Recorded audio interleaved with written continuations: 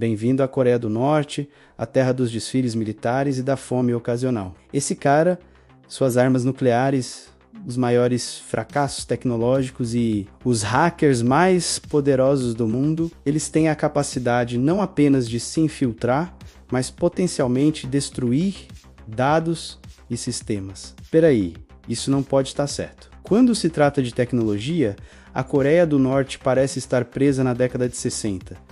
Como um país assim pode ter relação com ataques de hackers? Bem, é uma história complicada e muitas coisas não são bem como parece. Podemos até dizer que é um grande engano, como uma peça de teatro. Então, bem-vindos ao teatro norte-coreano. Se você esteve por aí alguns anos atrás, provavelmente já ouviu falar disso. Esse é o Axie, uma criatura fofa do Axie Infinity, um jogo onde você supostamente pode ganhar dinheiro de verdade enquanto joga. Foi um sucesso absoluto durante o auge dos NFTs, milhões de pessoas jogaram, algumas até largaram seus empregos por isso, e em março de 2022, esses jogadores começaram a perceber algo estranho. Parecia ser um erro bem sério. Algumas funcionalidades deram problema, mas com certeza alguém ia arrumar rápido, certo? Mas ninguém conseguiu resolver. Na verdade, por trás da tela, estava acontecendo o maior roubo de criptomoedas da história. Mais de 600 milhões de dólares foram simplesmente roubados da Ronin Network, a rede que sustentava o jogo. E quem estava por trás disso? Grupos de hackers ligados à Coreia do Norte.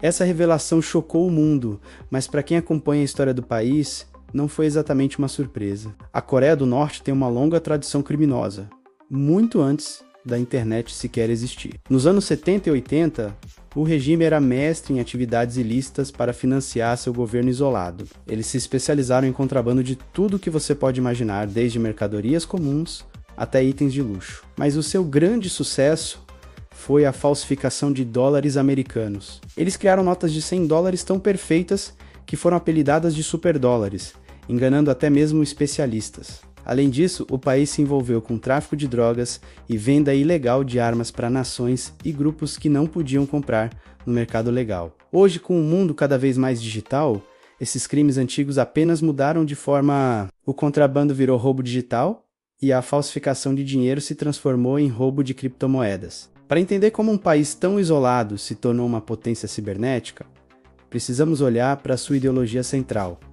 O Juche, criada pelo fundador do país, Kim Il-sung, a ideologia Juche prega a autossuficiência total. A Coreia do Norte deve depender apenas de si mesma para sua defesa, sua economia e seu desenvolvimento. Na prática, essa política levou a um isolamento extremo do resto do mundo, resultando em sanções econômicas severas, pobreza extrema e uma constante crise de recursos. Para a maioria da população, a vida é uma luta diária. A energia elétrica é racionada, muitas vezes disponível por apenas algumas horas por dia, e o acesso à internet é praticamente inexistente para o cidadão comum. É uma realidade de privação, onde a tecnologia moderna parece pertencer a outro planeta. Mas essa não é a realidade de todos. A sociedade norte-coreana é rigidamente dividida por um sistema de classes chamado Songbun. Esse sistema classifica cada cidadão em uma de 3 categorias, com base na lealdade de sua família ao regime. Na base estão os hostis, descendentes de proprietários de terras ou colaboradores dos japoneses que vivem sob constante vigilância e com pouquíssimas oportunidades. No meio estão os oscilantes, a maioria da população, cuja lealdade é considerada neutra. E no topo, a classe núcleo, a elite, são os descendentes de heróis da Revolução, altos funcionários do partido e suas famílias. Apenas essa elite tem acesso aos privilégios do mundo moderno. Eles moram em Pyongyang, a capital vitrine do país, frequentam as melhores universidades, têm acesso à tecnologia e, o mais importante, recebem permissão para viajar e trabalhar no exterior. São os filhos dessa elite que formam a espinha dorsal do exército de hackers do país. O regime norte-coreano tem um sistema único para identificar e cultivar talentos desde cedo. Crianças que demonstram aptidão excepcional em matemática ou ciências são selecionadas ainda no ensino fundamental. Elas são retiradas de suas famílias e enviadas para escolas especiais, onde recebem um treinamento intensivo e uma educação de ponta focada em áreas que o Estado considera úteis. Em vez de aprenderem artes ou humanidades, esses jovens gênios são direcionados para a ciência da computação, criptografia e engenharia de software.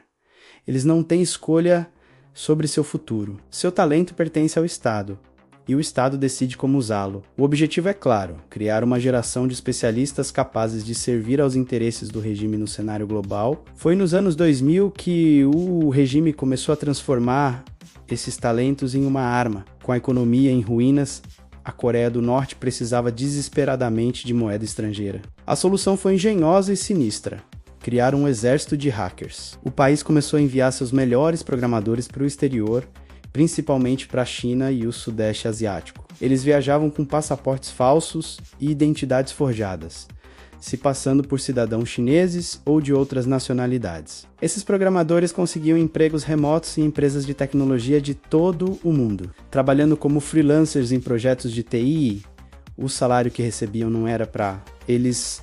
A maior parte era enviada de volta para Pyongyang, financiando diretamente o regime. Além de gerar renda, essa operação permitia que eles se infiltrassem em redes corporativas, praticando espionagem digital e coletando informações valiosas. O que começou como uma operação de geração de renda, logo evoluiu para algo muito maior. A partir de 2010, os hackers norte-coreanos passaram de pequenos golpes a ataques cibernéticos de grande escala contra alvos internacionais. O ataque à Sony Pictures em 2014, em retaliação ao filme A Entrevista, foi um divisor de águas, mostrando ao mundo sua capacidade e audácia. Mas o verdadeiro ouro estava nas criptomoedas. Descentralizadas e difíceis de rastrear, elas se tornaram um alvo perfeito. Hoje, estima-se que cerca de metade de todos os roubos de criptomoedas no mundo seja atribuída a hackers norte-coreanos. Eles se tornaram os maiores ladrões de banco da era digital,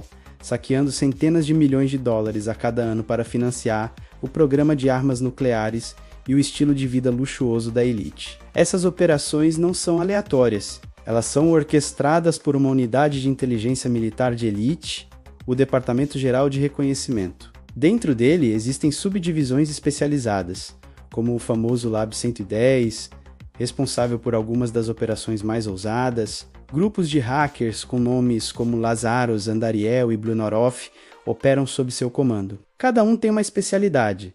Lazarus é conhecido por seus ataques destrutivos e roubos financeiros massivos, como o do Axie Infinity. Andariel foca em espionagem contra a Coreia do Sul, e Blunorov se especializa em atacar instituições financeiras globais. Juntos, eles formam um império cibernético sofisticado e altamente organizado, operando nas sombras para cumprir as ordens do regime. Para os hackers, a vida é uma faca de dois gumes. Eles desfrutam de uma liberdade e de privilégios que a maioria dos norte-coreanos jamais sonharia em ter. Ganham dinheiro, vivem no exterior e têm acesso à tecnologia. No entanto, essa liberdade ela é uma ilusão. Eles estão sob vigilância constante e suas famílias na Coreia do Norte são reféns do regime. Qualquer sinal de traição ou tentativa de deserção resulta em punições severas para eles e seus entes queridos. Eles são peças valiosas, mas descartáveis, em um jogo muito maior. E assim,